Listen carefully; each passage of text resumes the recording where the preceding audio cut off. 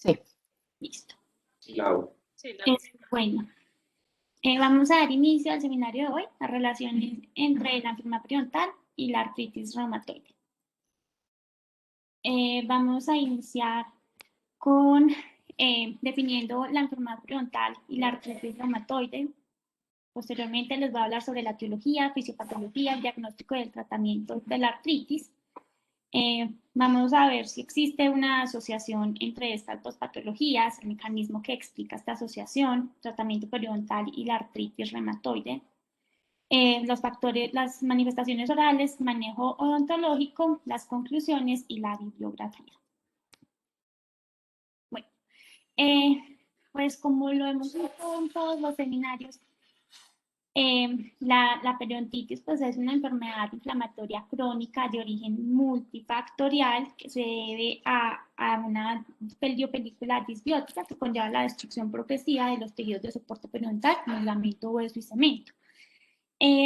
Traigo esta imagen tomada del artículo de Hashishengalis revisando el modelo de Pesci-Schroeder del 76, lo bueno, lo malo y lo incierto, lo desconocido de la respuesta periodontal de los PED 40 años después, publicado en el Periodontology 2000 en el 2017. Bueno, que la periodontitis pues, se caracteriza porque debido pues, a una película disbiótica, un desafío disbiótico microbiano, donde va a participar, pues vamos a ver una respuesta inmune por parte de los neutrófilos, que estos van a liberar quimiosinas como la CCL2 y la CCL20, que van a inducir a los linfocitos T helper o linfocitos TH17. Estos liberan interleuquina 17, que van a liberar esta interleuquina, van a favorecer, van a activar ese proceso de osteoclastogénesis, la desmineralización y reabsorción ósea, y también inducen al RANK ligando para que se genere ese proceso de reabsorción. Bueno, por otro lado, los neutrófilos también liberan el estimulador de linfocitos B y un ligando inductor de proliferación, los cuales pues, van a promover la supervivencia, la proliferación y el desarrollo de las células B en células plasmáticas secretadoras de anticuerpos.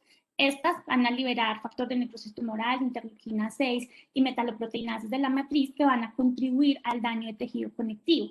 También tenemos que el sistema de complemento a través de unas convertasas como la convertasa C5A favorece, pues ayuda, participa en el reclutamiento de neutrófilos y a través de las especies reactivas de oxígeno y metaloproteinasas de la matriz también contribuye a ese daño de tejido conectivo.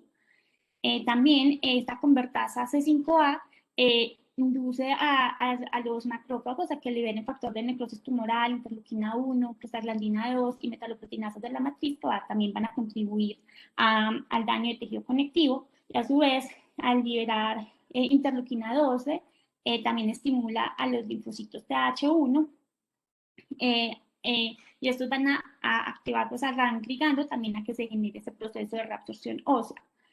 En la convertasa T3A induce a las células dendríticas a que liberen factor de crecimiento transformante beta, interleuquina 1, interleuquina 6, interleuquina 23, que van a activar también, de alguna manera van a inducir a los linfocitos T helper 17 y se va a repetir el proceso que inicialmente mencioné. ¿Por qué traigo esta imagen a colación? Porque vamos a ver que la artritis también se caracteriza por una producción coordinada de citoquinas, quimiosinas y de células inflamatorias que también van a conllevar pues, a la destrucción ósea y a la destrucción del cartílago. Entonces tenemos que la artritis reumatoide es una enfermedad crónica, autoinmune e inflamatoria que se caracteriza por la inflamación de la membrana sinovial que va a llevar pues, a la destrucción del cartílago y del hueso de la articulación. Esta patología puede afectar a múltiples articulaciones diartrodiales, es decir, articulaciones sinoviales, y también posteriormente pues, puede afectar a órganos como el corazón, pulmones y los vasos sanguíneos. En cuanto a las características principales de esta patología, pues principalmente se caracteriza por una poliartritis simétrica, es decir, una inflamación simultánea de múltiples articulaciones. Y simétrica porque lo que sucede en el lado izquierdo va a suceder en el lado derecho. Es persistente, principalmente la artritis afecta a pequeñas articulaciones, articulaciones de las manos, las muñecas, los pies, siendo las articulaciones más afectadas las metacarpofalángicas, las interfalángicas proximales y las metatarsofalángicas. Vamos a ver que primero las articulaciones pequeñas son las que van a presentar sintomatología, pero posteriormente se van a ver afectadas articulaciones grandes como la de los tobillos, las rodillas, los codos y los hombros. Como vemos en esta tabla, podemos apreciar que las articulaciones que se afectan con menor frecuencia son las articulaciones temporomandibular, la de la columna cervical y la externa. Las articulaciones que se van a, pues que se conservan, que no se ven afectadas por esta patología, son las sacroiliacas, la toracolumbar y las interfalángicas distales. En cuanto a la aparición de la sintomatología sistémica y articular, pues esta es lenta en la mayoría de los casos, en el 70 al 85% de los casos. Perdóname un segundo, Doc. Cuando mencionas que una de las articulaciones que menos se compromete es ATM, debemos tener presente que igual se puede comprometer, sobre todo en artritis juvenil. ¿Sí? En artritis, sí. Paciente con artritis juvenil, una de las articulaciones que más se afecta es ATM. ¿Listo? Para que lo tengan en cuenta. Listo. Igual en el manejo odontológico también pues hay que tener cuidado, hay que evaluar esta articulación, como lo vamos a ver más adelante. Los pacientes que van a presentar van a manifestar fatiga, dolor, edema, calor, van a presentar una rigidez matutina mayor a una hora y también se manifiesta después del descanso, después de dormir, cuando se despiertan, también presentan esa rigidez. También se va a ver que el número de articulaciones tiende a aumentar durante semanas o meses. En otros casos, pues hasta el 10% de los pacientes presentan una manifestación aguda, donde hay una aparición explosiva de poliartritis, van a presentar una fatiga crónica, fiebre y pérdida de peso. La prevalencia de la artritis en Colombia en personas mayores de 18 años es del 0,52%. De esta cita, el 80,7% son mujeres. Esta patología afecta principalmente a las mujeres a nivel mundial. La relación mujer-hombre en Colombia es de 4:1, es decir, que por cada 4 mujeres que presentan esta patología, un hombre va a estar afectado. La edad donde mayor prevalece es entre los 70 y 74 años en Colombia, según estos datos del 2019. Y los departamentos que presentaron un mayor número de casos en este año fue Bogotá, seguido por el departamento de Antioquia, con casi 44.000 casos. En cuanto a la prevalencia de los departamentos, vemos que Cesar es el departamento con mayor prevalencia, seguido de Casanare, y aquí cerquita Risaralda, con el 0,93%. Bueno, esta es una enfermedad multifactorial, pero su etiología es desconocida. Se cree que se debe a la susceptibilidad de factores genéticos, ambientales y hormonales que van a interactuar de una manera compleja. Los pacientes que presentan una susceptibilidad genética y además entran en contacto con ciertos virus y ciertas bacterias como el Streptococcus y la porfiromonas gingivales, virus como el parvovirus y citomegalovirus y el virus de Epstein-Barr van a presentar mayor susceptibilidad de presentar artritis. Como más adelante vamos a ver que esta patología está asociada con la porfiromonas gingivales. Bueno, entonces el inicio de esta patología se debe pues, a una combinación de riesgos genéticos y ambientales que van a facilitar la ruptura de la tolerancia inmunológica.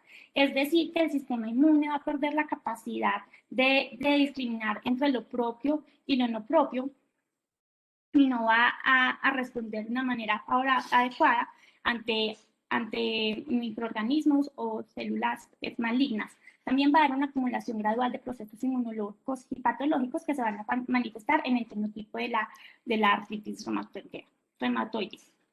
Entonces, de una manera, pues, para explicar esto de una manera más simple, se podría decir que esta patología se presenta en 3 fases. Primero, hay un riesgo genético y ambiental para conllevar pues, al inicio de una inflamación, y posteriormente se va a dar la fase de sinovitis crónica e inflamación sistémica.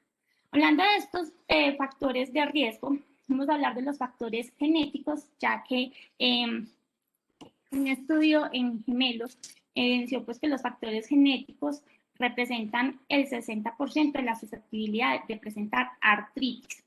En la actualidad existen más de 100 locis genéticos asociados a la artritis. Cuando hablamos de un locus, hablamos del lugar específico donde se va a localizar un gen. Loci es el plural de locus. Entonces esto vendría siendo como la dirección genética. La artritis reumatoide se asocia mucho, pues tiene mucho que ver con el complejo mayor de histocompatibilidad, la cual es una familia de genes que se encuentran en los vertebrados y en los humanos se encuentra en el brazo corto del cromosoma 6. ¿Qué es importante? Pues que este tiene la región clase 2 del antígeno leucocitario humano, que va a codificar ciertas moléculas como el antígeno leucocitario humano DRB1 y 4, que son los más importantes, ya que estos representan entre el 30 y el 40% de riesgo genético. En esta imagen podemos pues, observar la región del cromosoma humano, que codifica las cadenas alfa y beta de las moléculas de antígenos leucocitario humano clase 2, porque también hay clase 3 y clase 1. Entonces, ¿qué tenemos? Que la susceptibilidad de la artritis se asocia con la tercera región de la cadena DR beta en los aminoácidos 70 a 74.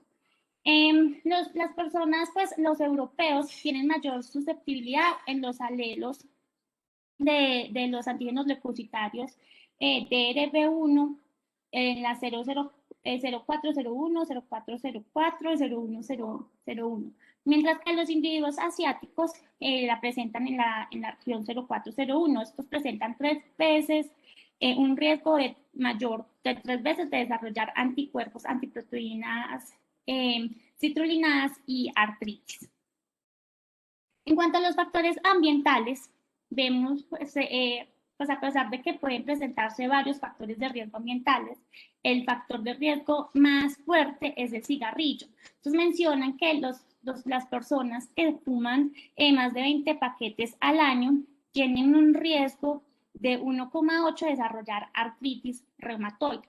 El riesgo de estos individuos tiende a aumentar dependiendo de la cantidad de cigarrillos que se fumen al día y el tiempo que lleven fumando. ¿Qué es curioso acá? Que el riesgo, así dejen de fumar, el riesgo persiste durante 10 y 20 años, pues que es mucho tiempo. Aunque tiende a disminuir con el tiempo, pues el riesgo está ahí, pues 10 a 20 años es mucho tiempo. También el cigarrillo puede alterar la microbiota, el microbioma oral y también a nivel pulmonar. Los pacientes que presentan periodontitis, la porfiriomonas gingivalis, es muy importante pues, en este caso pues, esta asociación porque ellos expresan una enzima que es la enzima peptilarginina dehiminasa. Esta enzima pues, es muy importante ya que va a inducir la conversión de arginina a citrulina, un proceso que se llama citrulinación. Este proceso va a favorecer la producción de anticuerpos contra proteínas citrulinadas. Por otro lado, otra bacteria que es otro periodontopatógeno, que es el Gregatobacter actinomycetum comitan, induce la hipercitrulinación de proteínas, aumenta este proceso de citrulinación. El proceso que es similar al que ocurre con la P. gingivalis, dar una regulación positiva de la mieloperoxidasa a través de una carbamilación de las proteínas debido a que hay una modificación de lisina a homocitrulina. Entonces tenemos que el cigarrillo o fumar pues va a mejorar ese proceso de citrulinación y carbamilación en las proteínas. Lo que va a suceder con estas proteínas es que van a generar una respuesta inmune intensificada. Estas proteínas van a ser presentadas al sistema inmune mediante unas moléculas de antígenos leucocitarios humanos, bueno, del complejo mayor de histocompatibilidad, en especial pues el de R, mediante células dendríticas, linfocitos, monocitos, macrófagos y células de Langerhans. También vemos que los anticuerpos de proteínas anticitrulinadas y los anticuerpos proteicos anticarbalinilados van a generar una respuesta, pues que son generados en la respuesta inmune. Estos podrían unirse a las proteínas citrulinadas y carbamilinadas, aumentando esa respuesta inmune, o también se pueden formar complejos inmunes que se depositan en los tejidos, también generando una respuesta inmune. En cuanto a los factores ambientales, pues se presume que la dieta, el consumo de café, infecciones por virus de Epstein-Barr o parvovirus, el bajo nivel socioeconómico y la exposición a ambientes urbanos e industriales también puede favorecer a la aparición de la artritis reumatoide, aunque pues esto todavía no está confirmado, pero los autores mencionaban que es poco probable que un solo factor ambiental, como el cigarrillo, sea el único desencadenante de la artritis reumatoide. En cuanto a los factores del hospedero, esta patología afecta principalmente a las mujeres, siendo las mujeres premenopáusicas las más afectadas, pues se sugiere que esto se debe a factores hormonales y reproductivos que contribuyen al riesgo de presentar esta patología. ¿Qué factores de riesgo pues, pueden implementar esta asociación? La nuliparidad, es decir, que no, las mujeres que no han presentado pues, un embarazo previo y su gestación pues, no pasa las 20 semanas, el momento del embarazo, la falta de lactancia materna, la obesidad, los anticonceptivos orales, también se consideran pues, unos factores de riesgo para desarrollar artritis. Sin embargo, pues los resultados de esta asociación son variables y contradictorios, entonces pues todavía no se ha demostrado que estos contribuyan al riesgo de la artritis reumatoide. En cuanto a la fisiopatología, pues es importante, debido a que esta enfermedad afecta principalmente las articulaciones, es importante hablar de qué es una articulación. Cuando hablamos de una articulación, hablamos de una área, una zona que va a unir dos elementos esqueléticos, es decir, a dos huesos. Tenemos articulaciones sinoviales, sólidas y cartilaginosas. Las articulaciones sinoviales son esas articulaciones que separan a los dos huesos mediante una cavidad articular, mientras que las articulaciones sólidas no hay una cavidad articular, sino que mantienen los huesos unidos mediante tejido conectivo, cartílago, principalmente fibrocartílago. Las articulaciones sinoviales, como lo mencioné anteriormente, pues separan los huesos mediante una cavidad articular. Aparte de esto, pues presentan una capa de cartílago, normalmente es cartílago hialino, que va a cubrir las superficies de los huesos, y además también presentan una cápsula articular que está conformada por una membrana sinovial interna y una membrana fibrosa externa. La membrana sinovial, membrana interna, se encarga, pues esta envuelve la articulación, esta es altamente vascularizada y produce el líquido sinovial. Este líquido sinovial se va a acumular en la cavidad articular y va a proporcionar una lubricación a la articulación, mientras que la membrana fibrosa está formada por tejido conectivo denso y va a rodear a la articulación, brindándole estabilidad. En cuanto a las articulaciones sinoviales, pues hay múltiples articulaciones, como articulaciones planas, las cuales van a permitir el movimiento, el desplazamiento. Las articulaciones en bisagra regulan los movimientos de extensión y flexión, como la articulación del codo, articulaciones en pivote que regulan la rotación. Las articulaciones bicondilias, que están formadas por dos cóndilos convexos. Estas se articulan con una superficie cóncavas o planas, como la articulación de la rodilla o la articulación temporomandibular. Las articulaciones condilias también regulan ciertos movimientos como la flexión, extensión, la circulación. Está presente pues, en la articulación de la muñeca. La articulación en silla de montar tiene esta forma, va a regular los movimientos de flexión, extensión, abducción, aducción y circulación, como la articulación carpo-metacarpiana del pulgar, y las articulaciones esféricas permiten el movimiento en torno a múltiples ejes, como la articulación de la cadera y la articulación del hombro. En cuanto a las articulaciones sólidas, estas no presentan una cavidad articular, sino que se encuentran, unen los huesos mediante tejido conectivo fibroso o cartílago, principalmente pues, fibrocartílago. Estos movimientos, los movimientos de esta articulación son más restringidos que los de las articulaciones sinoviales. Estas articulaciones podemos encontrar pues, en las suturas, la gónfosis y la sindesmosis. Las articulaciones cartilaginosas están formadas por cartílago. Tenemos la sincondrosis y la sínfisis. La sincondrosis se considera pues, una articulación temporal. Un ejemplo de este es el cartílago que crece entre la epífisis y la diáfisis en los huesos largos durante el crecimiento, que posteriormente se van a osificar. O la sínfisis, pues que surge donde dos huesos separados se interconectan por el cartílago, como la sínfisis. En cuanto a la fisiopatología, pues ya de la artritis reumatoide, tenemos que los aspectos patológicos de la artritis incluyen la hiperplasia del revestimiento de la membrana sinovial, que se debe pues, a un influjo de células inflamatorias como linfocitos T y B, los macrófagos, neutrófilos y células dendríticas, hacia la cavidad articular. Estos van a generar pues, una producción exacerbada de factor de necrosis tumoral alfa, interleuquina 1 beta, interleuquina 6, interleuquina 17, que son citoquinas proinflamatorias. También van a generar la producción del factor estimulante de colonias de granulocitos y macrófagos y el rancligando. Esta producción pues, de citoquinas también va a impulsar pues, la destrucción, va a conllevar a la destrucción articular mediante la activación de los fibroblastos y los condrocitos a liberar metaloproteinasas de la matriz, conllevan pues, al daño del tejido conectivo. Y también generan por la diferenciación de los osteoclastos que van a generar la destrucción del cartílago y del hueso.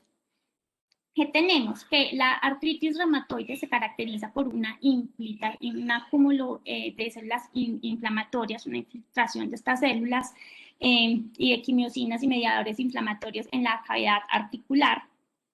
Estos anticuerpos son sumamente importantes, ya que están presentes en todos los pacientes que presentan artritis, que es el factor reumatoide y el antígeno antiproteínas citrulinadas, que son principalmente producidas pues, por células plasmáticas. Vemos pues, que la producción de estas quimiosinas y citoquinas proinflamatorias pues, es coordinada. Además, juegan un papel muy importante en la respuesta inflamatoria, que al final van a terminar, pues, van a generar la destrucción del cartílago y del hueso. Células como los macrófagos, los fibroblastos sinoviales y las células dendríticas van a producir múltiples quimiosinas, citoquinas proinflamatorias como la interleuquina 1, interleuquina 2, interleuquina 6, la 10, factor de necrosis tumoral alfa, factor estimulante de colonias de granulocitos y macrófagos, que también como los fibroblastos que van a producir metaloproteinasas de la matriz, que también estos van a favorecer a la destrucción de tejido conectivo, en este caso por la destrucción del hueso y del cartílago. Por otro lado, también las células, los linfocitos T, también van a generar una sobreproducción de quimiosinas proinflamatorias como ciertas interleuquinas, factor de necrosis tumoral alfa, factor estimulante de colonias de granulocitos y macrófagos, interferón de gamma. Entonces, es decir, que todas estas la producción de todas estas quimiosinas van a potencializar la capacidad pues también van a activar también el RANK ligando como la interleuquina 17, que esta favorece, influye en la osteoclastogénesis, que es la desmineralización y reabsorción ósea, y también va a activar el RANK ligando para conllevar, pues, va a generar la destrucción del hueso y del cartílago. Aunque se desconoce el mecanismo del inicio de la sinovitis clínica, se sabe pues que los factores ambientales van a influir en el microbioma del hospedero que se encuentra genéticamente predispuesto. Los complejos inmunes, como los anticuerpos, antiproteínas citrulinadas y el factor reumatoide, estos se van a circular y se van a depositar en las vénulas postcapilares sinoviales, generando una vasculitis y una inflamación tisular, que va también a conllevar a la activación del sistema de complemento. Vamos a tener que va a haber la inflamación, va a aumentar la permeabilidad vascular, va a permitir que entre el mayor número de células inflamatorias. Además, esta también va a regular el aumento de proteínas citrulinadas y mieloperoxidasas que van a generar la citronilación y la carbamilación de las proteínas sinoviales y el cartílago, que esto conlleva también una respuesta inmune del hospedero y también pues va a aumentar este proceso inflamatorio. El daño del cartílago pues, con la liberación pues a la liberación de colágeno degradado, los neopéptidos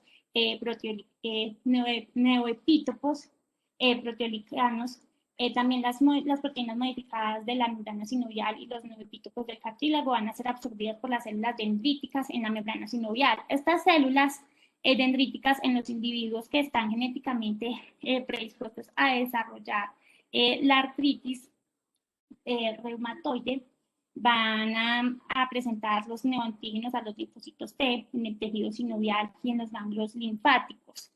Vemos que los fibroblastos sinoviales, los macrófagos, los linfocitos B, la membrana sinovial y los linfocitos T van a liberar citoquinas proinflamatorias y quimiosinas, ¿no? el factor de crecimiento transformante alfa, la interleuquina 6, la 1, desencadenando una sinovitis crónica y la formación de panus, que es la proliferación de tejido sinovial.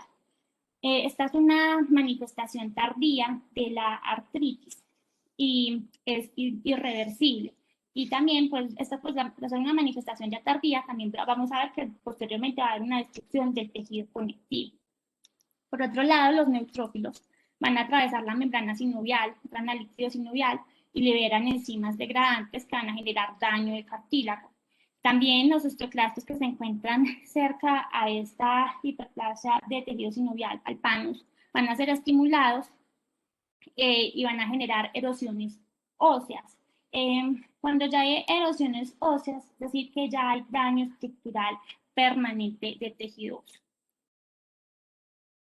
En cuanto al diagnóstico de esta patología, pues se diagnostica mediante un examen físico, una historia clínica, las pruebas de laboratorio, ecografías y una resonancia magnética.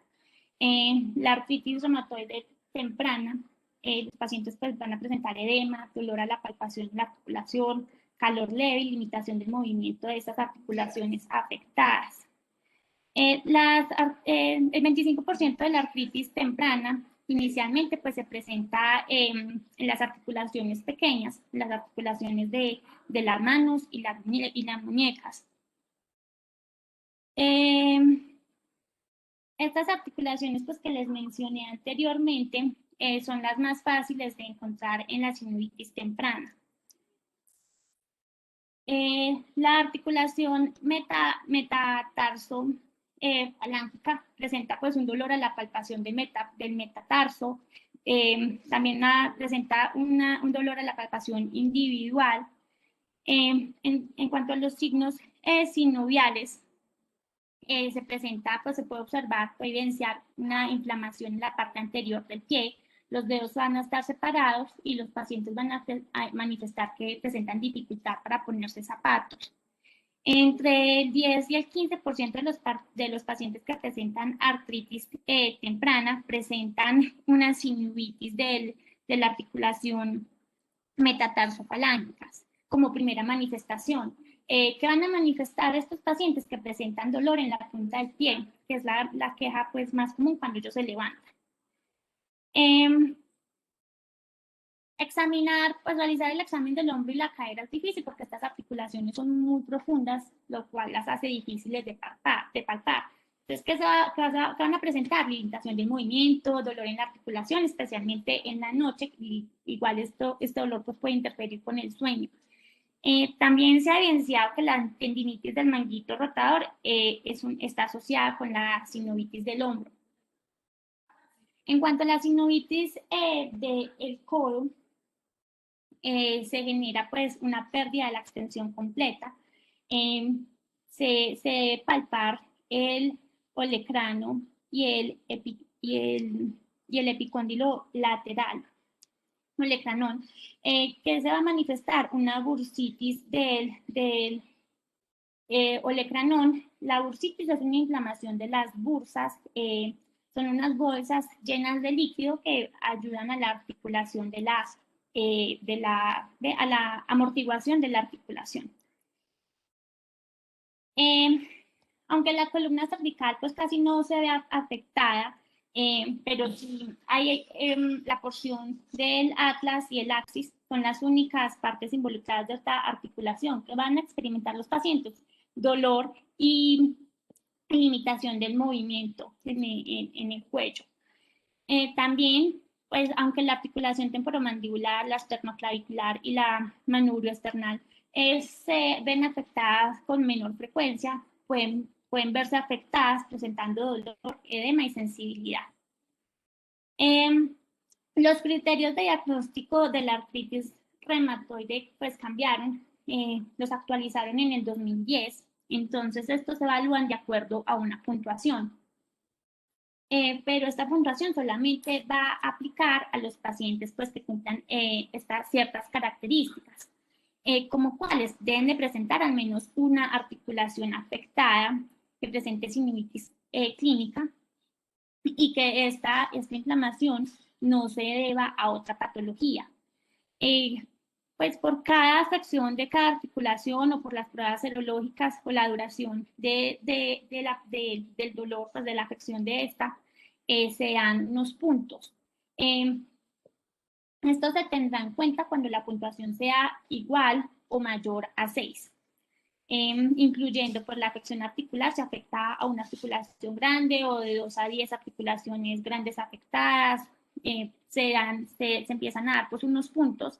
Y en cuanto a las pruebas que se realizan el factor reumatoide, como lo vimos en la fisiopatología de la artritis, pues este factor, antígeno está presente, está muy ligado con los pacientes que presentan artritis. También se realiza la prueba de anticuerpos contra péptidos citrulinados, y la duración, pues se evalúan si es menor a 6 semanas, no dan punto, o si es mayor a 6 semanas, queda un punto. Bueno, como lo mencioné anteriormente, pues se realizan diferentes exámenes, como el factor reumatoide, que va a mirar la cantidad, va a medir la cantidad de este anticuerpo en la sangre, al igual que los anticuerpos contra péptidos citrulinados. También se evalúa la velocidad de sedimentación globular, que mide la rapidez con la que los glóbulos rojos descienden en un tubo de sangre durante 1 hora, y la proteína C reactiva, vamos a ver si se encuentra, cuando esta se encuentra elevada, es porque hay un indicio de una inflamación sistémica. En cuanto al tratamiento, pues se presenta pues un tratamiento farmacológico. Se utilizan los AINES, los antirreumáticos modificadores de la enfermedad, y los glucocorticoides, con el fin pues de disminuir los síntomas y retardar la progresión del daño articular. Los pacientes que se les administra AINES van a disminuir el dolor de la inflamación, pero los síntomas no se van a eliminar por completo. ¿Qué AINES pues podemos ver en consulta que están tomando los pacientes? Ibuprofeno, naproxeno, ketoprofeno, piroxicam. En cuanto a los antirreumáticos modificadores de la enfermedad, estos van a mejorar los síntomas inflamatorios, también van a retardar la erosión progresiva de la articulación. ¿Qué antirreumáticos modificadores de la enfermedad pueden estar tomando los pacientes? Metotrexato, sales de oro, hidroxicloroquina, entre otros. Y los glucocorticoides van a retrasar el daño articular al interferir con la actividad de la membrana celular y van a inhibir la síntesis de prostaglandinas y de leucotrienos. También se puede complementar este tratamiento farmacológico con fisioterapia y cirugía con el fin de reducir los síntomas, retardar la progresión del daño articular y lograr que esta patología entre en remisión y no progrese. Recuerden siempre que el paciente, cuando en la historia clínica le refiere que está en tratamiento de artritis, uno de los medicamentos que más formulan para ese manejo es el metotrexato. Y recuerden, por favor, que el metotrexato siempre debe ir con ácido fólico. El ácido fólico hace, o sea, neutraliza uno de los efectos grandes o de los efectos colaterales grandes que tiene el metotrexato, que es la producción de úlceras a nivel de las mucosas y específicamente a nivel de mucosa de cavidad oral. Entonces, siempre que tengan en su historia clínica un paciente con artritis, verifiquen que si está en tratamiento con metotrexato, esté tomando el ácido fólico. A veces el paciente dice, no, pero es que yo me tomo el metotrexato, pero qué pereza ese ácido fólico, eso sabe muy maluco, no sé qué, y no se lo toman, ¿cierto? Porque saben que es un complemento del metotrexato. Pero para nosotros, para la cavidad oral, es fatal, porque si no se toma el ácido fólico, empiezan las úlceras, sobre todo a nivel de vientre lingual, en piso de boca, bilaterales, por lo general son bilaterales, y es muy complejo de hacer el manejo de ese tipo de úlceras, o sea, se demora mucho en cicatrizar. Entonces, siempre tiene que ir con ácido fólico. Recuerden, por favor, siempre esa parte. Listo. Bueno, vamos a ver si existe asociación, sí, existe asociación entre la periodontitis y la artritis. Esta asociación se ha venido manifestando indirectamente desde el siglo XIX, donde Benjamin Roche pues mencionaba que el tratamiento para la reuma era la exodoncia de todos los dientes. En 1930 pues concluyeron que no era la solución realizar la exodoncia para tratar la artritis. Posteriormente, en 1952, la Asociación Médica Americana también menciona que esta práctica pues no estaba basada en la evidencia y no debería considerarse como un tratamiento que redujera los síntomas y la severidad de esta patología. Entonces, desde entonces se ha planteado la hipótesis de que la enfermedad periodontal está asociada con el desarrollo de la artritis. También cómo podemos pues, manifestar si existe esa asociación, porque tanto la periodontitis como la artritis comparten los mismos factores de riesgo. Riesgos genéticos como el subtipo de antígeno leucocitario humano, el DR1 y 4, también infección, factores infecciosos debido pues, a bacterias como la Porphyromonas gingivalis y la Agregatibacter actinomycetum comitan, como lo vimos anteriormente, debido a la citrulinación y la hipercitrulinación, y hábitos que están ligados principalmente el cigarrillo. Entonces, pues la literatura muestra que los pacientes que presentan artritis tienen una alta incidencia de enfermedad periodontal. Uno de estos artículos es este estudio OSARA, en el estado de la salud bucal en pacientes ambulatorios con artritis reumatoide. El objetivo de este estudio, realizado entre junio del 2010 y marzo del 2011, fue describir el estado periodontal, oral y protésico de las personas que presentaban artritis reumatoide, que acudieron pues, a un servicio de reumatología en un hospital regional como pacientes ambulatorios en Francia. Este estudio se realizó en 74 sujetos mayores de 18 años que presentaban esta patología. ¿Qué encontraron? Que el 94% de los pacientes que presentaban artritis también presentaban enfermedad periodontal. Y que el 46% de estos pacientes que presentaban ambas patologías, la enfermedad periodontal, se presentaba ya en un estadio pues, más severo. Y los pacientes con artritis reumatoide, no solamente que presentaban enfermedad periodontal en un estadio pues ya más severo, se propuso pues que también la enfermedad periodontal podía ser una manifestación clínica de la misma artritis. En este artículo publicado en el 2020, donde evalúan pues el consenso del taller sobre las interrelaciones periodontales y sistémicas en el 2012, realizado por la Asociación Americana de Periodoncia y la Federación Europea de Periodoncia, encontraron que tuvieron presentes 152 artículos donde los estudios se realizaban en humanos y en animales. Estos artículos, pues fue una revisión sistemática donde evaluaron la interrelación entre la periodontitis y la artritis reumatoide entre pues, las publicaciones realizadas entre el año 2000 y 2017, que podemos notar que a medida pues que pasa el tiempo, digamos desde el 2009, ha habido un aumento de la literatura sobre esta asociación.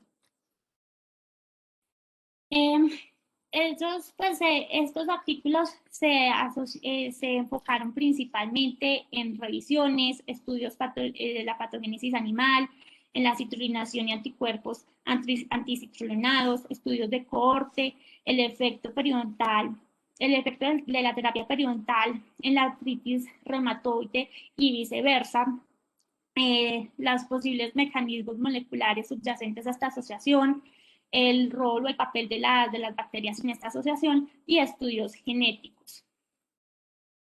Bueno, ¿qué se encuentra? Pues que actualmente la enfermedad periodontal se considera pues un factor de riesgo para la artritis reumatoide, porque se identificó pues un vínculo muy importante que es la Porphyromonas gingivalis. Esta es una bacteria anaerobia gram negativa que genera, es la única bacteria que produce peptilarginina dehiminasa. Esta va a contribuir al desarrollo de la artritis, ya que cataliza la citrulinación, que está muy ligada con esta patología. Aunque existen numerosas similitudes entre estas patologías, debido pues que ambas son enfermedades inflamatorias, vamos a encontrar en ambas patologías que hay un mayor infiltrado de células inmunes e inflamatorias, como neutrocitos, monocitos, linfocitos T y B, y macrófagos. También va a haber una mayor liberación de mediadores inflamatorios como el factor de necrosis tumoral alfa, la interleuquina 1 beta, la interleuquina 6 y las metaloproteinasas de la matriz. Entonces se concluye pues que la enfermedad periodontal y la artritis conducen a una inflamación sistémica, la cual está indicada por un aumento de proteína C reactiva en el plasma. También hay otra manera, pues, otra teoría que explica esta asociación, que es la teoría de dos golpes o de dos impactos propuesta por Gottlob y colaboradores en el 2006, donde el primer impacto está mediado por el aumento de microorganismos anaerobios, es decir, la Porphyromonas gingivalis o la Agregatibacter actinomycetum comitans y sus antígenos en el periodonto. Estas son periodontopatógenos pues, presentes en la periodontitis que van a conllevar a una mayor producción de citoquinas proinflamatorias como la interleuquina 6, la interleuquina 1 y el factor de necrosis tumoral alfa y metaloproteinasas de la matriz que van a conllevar al daño a la osteoclastiogénesis y a la reabsorción ósea. El segundo impacto implica una enfermedad sistémica, ya la artritis reumatoide va a aumentar esos biomarcadores serológicos de la inflamación sistémica, como el aumento de los niveles de proteína C reactiva, de citoquinas proinflamatorias como interleuquina 6, interleuquina 1 beta, prostaglandinas E2, metaloproteinasas de la matriz y factor de necrosis tumoral alfa, que van a estimular más a las células periodontales, las células presentes en el periodonto, y estas van a producir metaloproteinasas de la matriz y RANS ligando que van a conllevar a la destrucción del tejido conectivo, del hueso y de las articulaciones. Entonces, ¿qué tenemos? Que tanto la periodontitis como la artritis presentan factores de riesgo similares, como el cigarrillo, factores de riesgo ambientales, incluso el microbioma intestinal, y factores de riesgo genéticos que han estado, pues, que lo hemos visto que están ligados, ¿cierto? Entonces, la periodontitis pues, se caracteriza por una disbiosis microbiana, donde hay presencia de periodopatógenos como la P. gingivalis, que esta genera una enzima, que es la peptilarginina deinasa, que esta favorece ese proceso de citrulinación de proteínas, conllevando pues a la presencia de anticuerpos antiproteínas citrulinadas que van a romper, pues a generar daño en la tolerancia inmunológica, pues va a generar daño en los tejidos, en la tolerancia fisiológica, en donde el sistema inmune va a perder por la capacidad de reconocer lo propio y lo no propio. También en la artritis reumatoide vemos que hay presencia de estos anticuerpos que también que se presentan pues en la enfermedad periodontal debido a la producción de esta enzima por parte de la porfiridomonas gingivales, y también está presente el factor reumatoide. Estos van a estar asociados con la producción de quimiosinas proinflamatorias por parte de las células del sistema inmune, como los macrófagos, los linfocitos T y las células dendríticas. Como lo mencioné en la patología de la enfermedad periodontal al inicio de la presentación, vemos que los neutrófilos activan a los linfocitos T helper 17, que estos liberan interleuquina 17 y favorecen ese proceso de osteoclastogénesis y reabsorción ósea mediada por el ranquigando, que induce al osteoclasto. También veíamos que el linfocito T helper 17 favorecía este proceso, y que los fibroblastos también mediante las especies reactivas de oxígeno y las metaloproteinasas de la matriz contribuían pues al daño del tejido conectivo. Entonces acá podemos observar pues cómo estas citoquinas proinflamatorias, esta respuesta inflamatoria aumentada va a conllevar al daño del hueso, tanto en la artritis como en la periodontitis. Y en la artritis pues va a generar un daño de ese cartílago. En cuanto al tratamiento periodontal y la artritis reumatoide, pues se ha venido estudiando debido pues al aumento de la prevalencia de la periodontitis, pues se podría considerar como un factor modificable para la incidencia y la severidad de la artritis. Entonces, el tratamiento, la terapia periodontal no quirúrgica podría presentarse como un tratamiento farmacológico seguro, ya que disminuye ese proceso inflamatorio, disminuye esa cantidad de liberación de quimiosinas, va a ser mucho más económico y va a tener un beneficio directo en los pacientes que presentan artritis reumatoide. En este mismo artículo publicado en el 2002, donde evaluaban pues, el consenso realizado en el 2012, pues evaluaron también, miraron que antes del 2012 se presentaban habían estudios clínicos que evalúan el efecto de esta terapia periodontal no quirúrgica sobre la artritis, y concluyeron que este tratamiento periodontal puede tener un efecto positivo sobre la severidad de la artritis. Después del 2012, pues se han presentado varios estudios sobre el efecto del tratamiento periodontal, también pues conlleva una asociación positiva. Las revisiones sistemáticas mostraron que la terapia periodontal no quirúrgica podría mejorar los marcadores de actividad de la enfermedad en la artritis.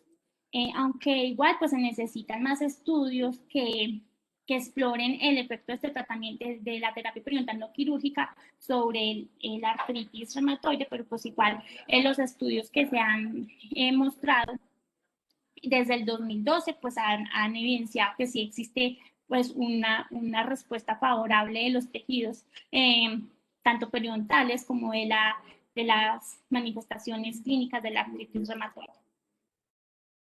En cuanto al tratamiento de la artritis, sobre si se afecta, pues si hay una respuesta positiva en los tejidos periodontales, pues ya que se ha observado una asociación bidireccional de estas dos patologías en modelos animales, pues Uno pensaría que el tratamiento de la artritis puede influir de manera positiva sobre las manifestaciones clínicas de la periodontitis.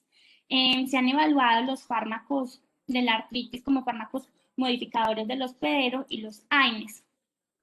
Desde el 2012 se han publicado 2 estudios que investigan el efecto de varios fármacos para tratar la artritis en la enfermedad periodontal. La mayoría de estos estudios se centraron en el efecto inhibidor del factor de necrosis tumoral alfa, del beneficio de este sobre el periodonto, pero solamente un estudio de esos 2 estudios pues muestra que no hay una mejora de, de los parámetros periodontales cuando se consumen estos fármacos. También han evaluado en asociación con otros fármacos antirreumáticos como los inhibidores del receptor de interleuquina 6, la terapia antilinfocitos B, y pues han evidenciado un efecto beneficioso sobre los tejidos periodontales. Aunque habían datos limitados, pues se concluye que para sugerir que los agentes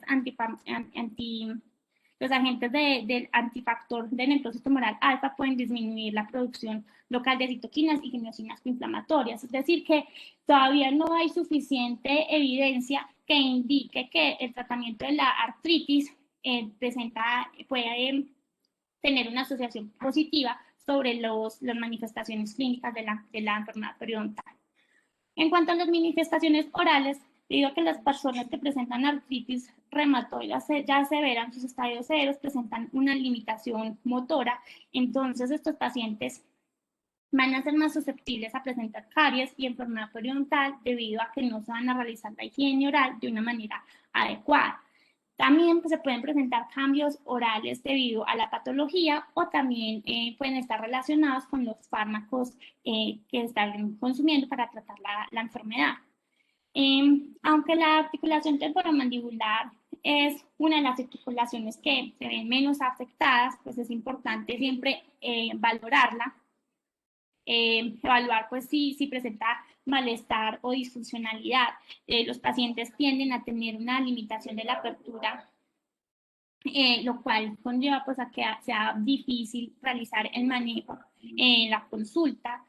Pueden presentar hiposalivación y serostomía, lo cual va a generar una falta en la flexibilidad de la mucosa, dificultad para hablar, limitación de la formación del bolo alimenticio y cambio de gusto. Los pacientes pueden sentirse frustrados. Debido al cambio plaquetario, pueden presentar petequias en el paladar blando y la faringea. Las ciclosporinas generan agrandamiento gingival. Los corticoides y los bloqueadores del factor de necrosis tumoral pueden generar estomatitis infecciosa de origen bacteriano o micoto. También se pueden presentar cambios similares debido a la resequedad en las mucosas oculares, vaginales y respiratorias. En cuanto a los fármacos, la ingesta de sales de oro generan úlceras, principalmente en la lengua, el piso de boca y carrillos. El uso de metotrexato, como le mencionaba la doctora, pues es importante que vaya acompañado de ácido fólico. Estos pacientes también pueden manifestar estomatitis inespecífica y la minoxiclina genera una hiperpigmentación de la mucosa. En cuanto al manejo ontológico, es importante, es fundamental hacer un control periodontal debido pues a la asociación que hay entre la porfiriominas gingivalis y la artritis. Es importante eliminar los focos infecciosos, eliminar la caries, tratar la gingivitis, la periodontitis, hacer énfasis en la higiene oral, debido a que la limitación motora de estos pacientes pues influye en el número de citas y la extensión de las mismas. Entonces estos pacientes pues no se atienden tan frecuentemente, pero la cita debe ser larga.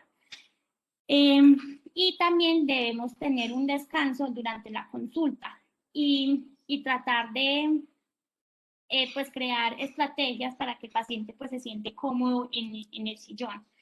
Es importante evaluar la articulación temporomandibular, aunque con frecuencia no está afectada, no está involucrada, puede presentar rigidez, dificultad de movimiento, apertura limitada, crepitación y dolor.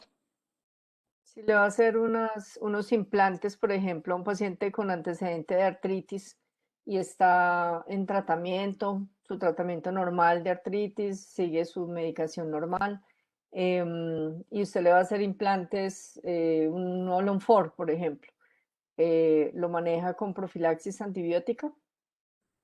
O Pues, pongamos un implante, solo un implante, no un Olonfor, solamente un implante del 11. y está, pues está, es un paciente controlado, no requeriría profilaxis antibiótica. ¿Qué opinan, doctora Estefanía y doctor Diego? Estoy de acuerdo con Laura. Sí, doctora Estefanía, ¿qué opina?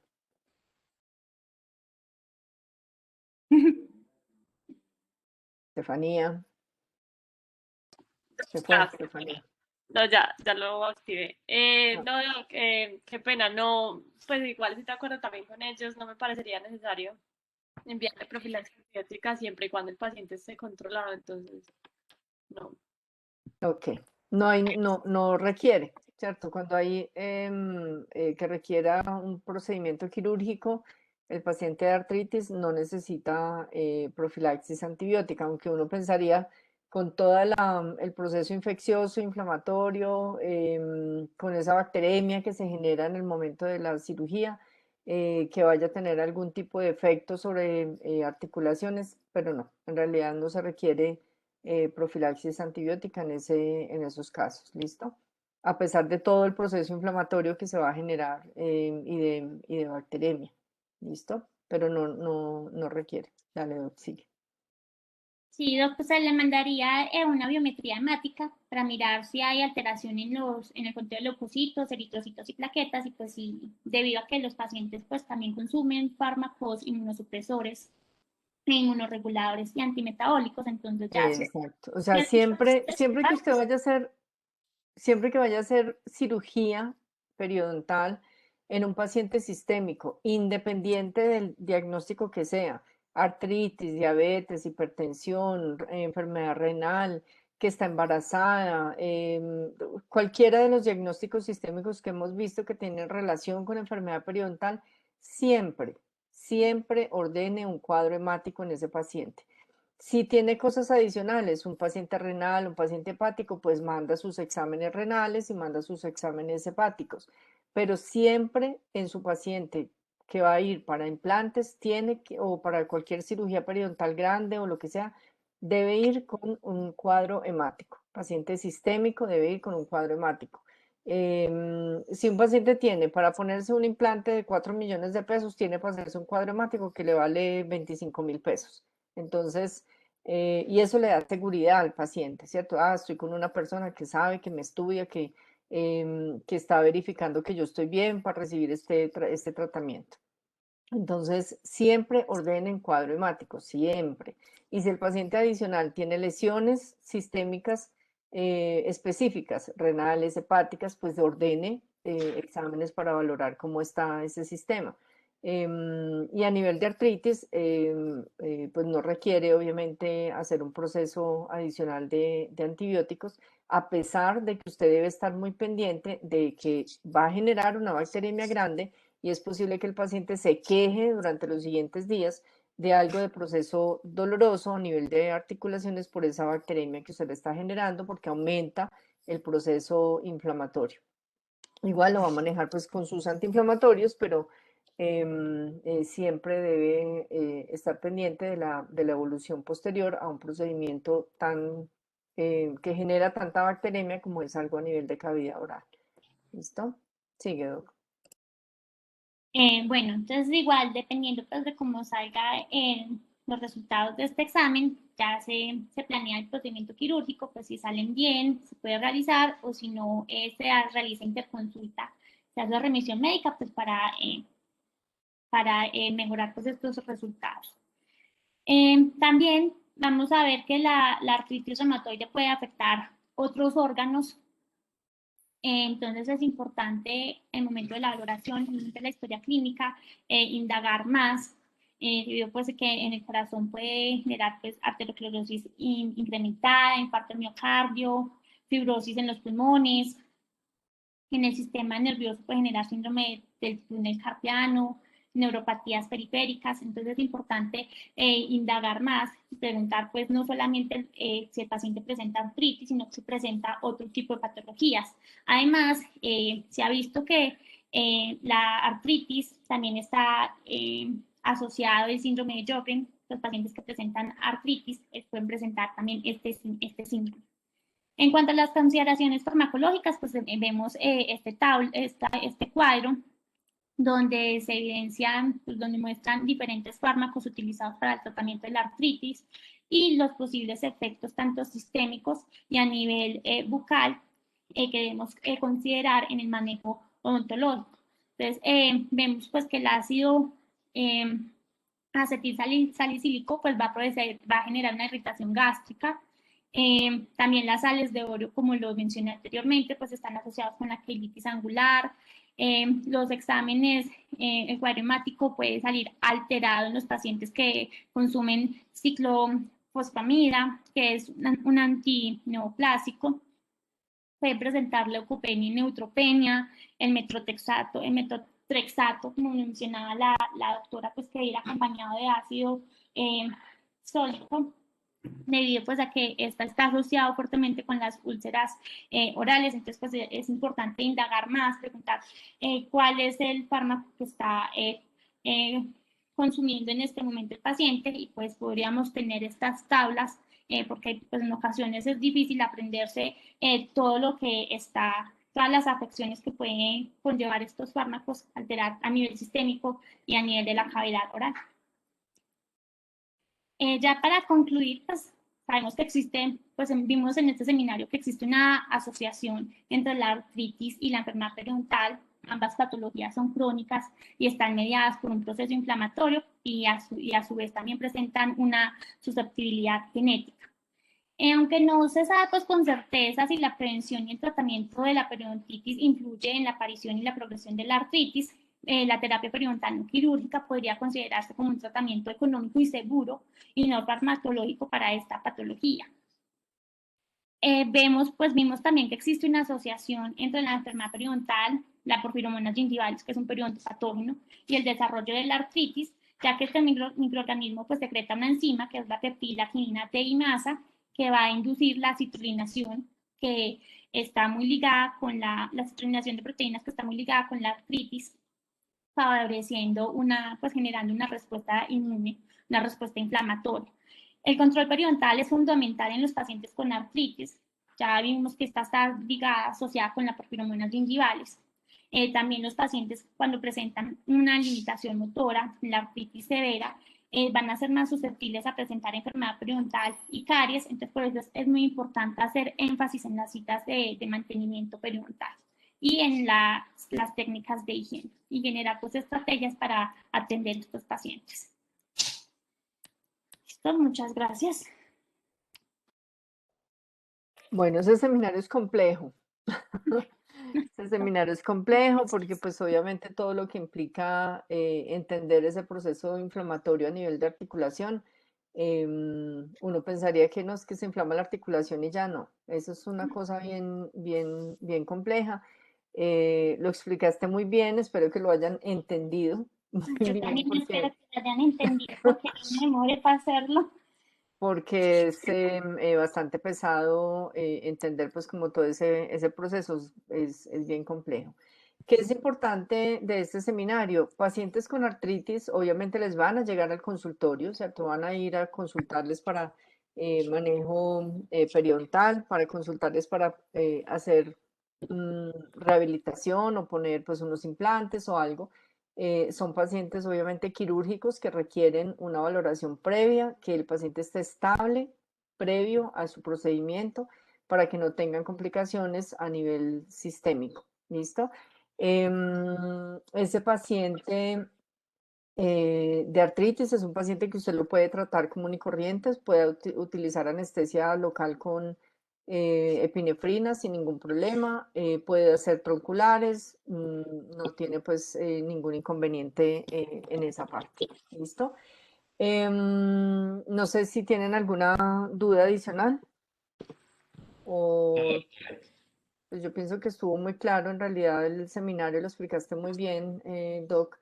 Y les dejo pues un par de mensajitos adicionales. Uno, que los felicito por el día de hoy, porque hoy es el día del periodoncista. ¿Sí sabían o no? Uy, no. No, No, hoy es el día de la periodoncia, por favor, 12 de mayo, Víctores, el día antes de la Virgen.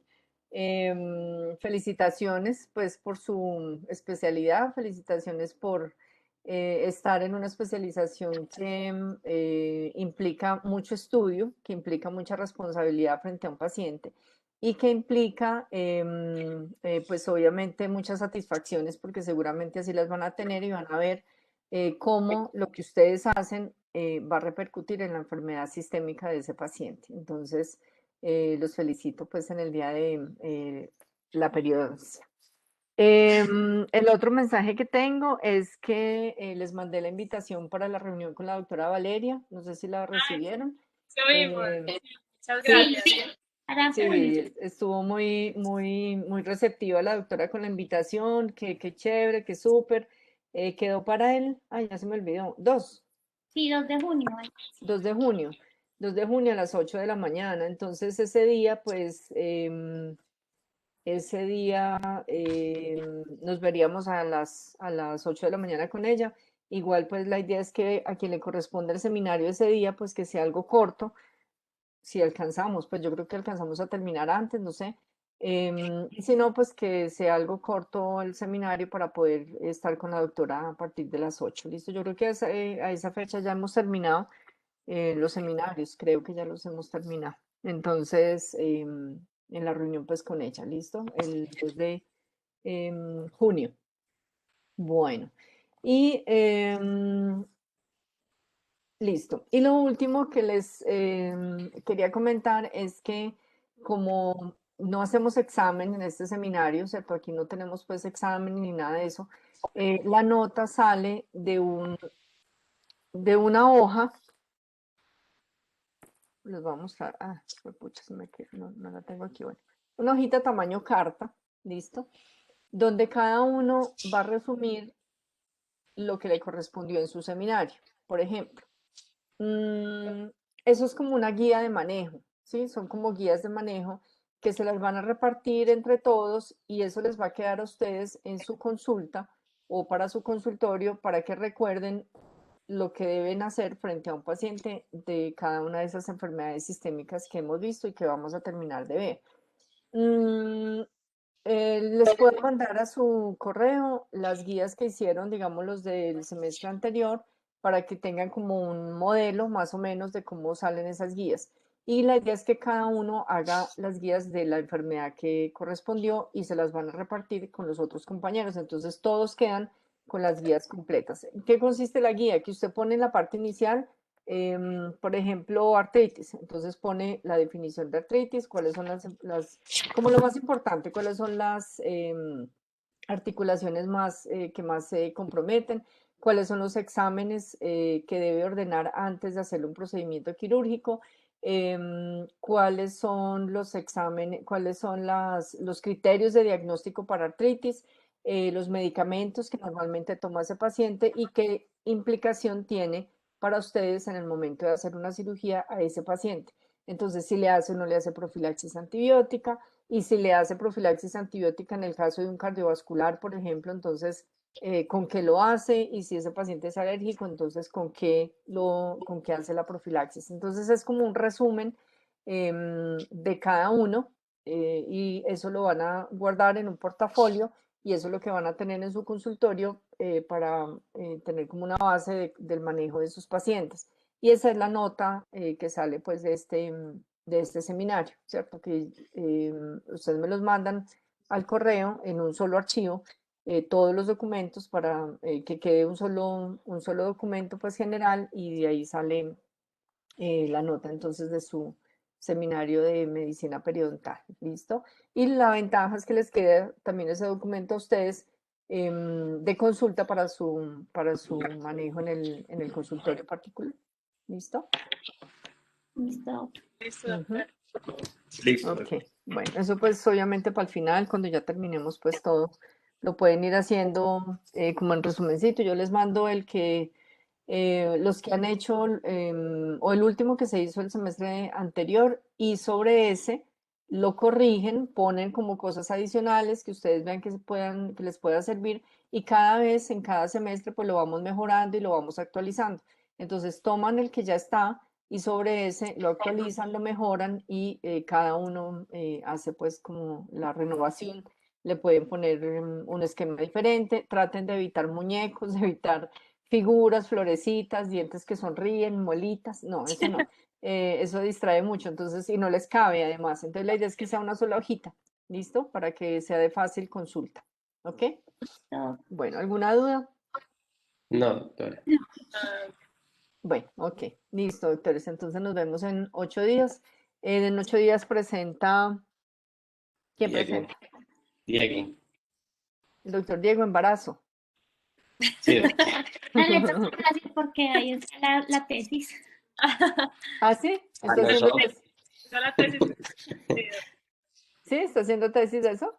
Los tres tenemos esa tesis. Ah, los tres. Ah, ok, ok. Bueno, listo. Entonces, Aunque eso la, lo aunque tienen. la tesis no se enfoca en la parte biológica, pero sí, sí, sí, digamos, ahí están todos los datos epidemiológicos y eso, sí.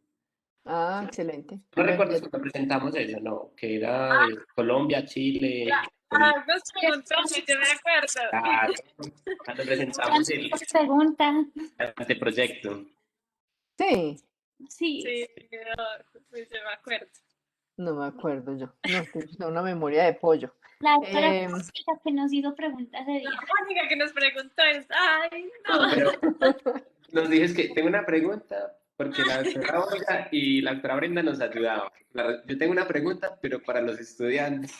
ah, ya, ya, ya, ya, ya. Sí, sí, sí, sí, sí. Ah, pero era una pregunta fácil. Para ustedes era fácil. Ah, bueno, listo. Entonces, nos vemos pues en 8 días, doctores. ¿Listo? Entonces, que acaben de Listo. celebrar un maravilloso día. Listo. Gracias. Ujú. Muchas Chao, gracias. gracias. Chao, pues. Chao.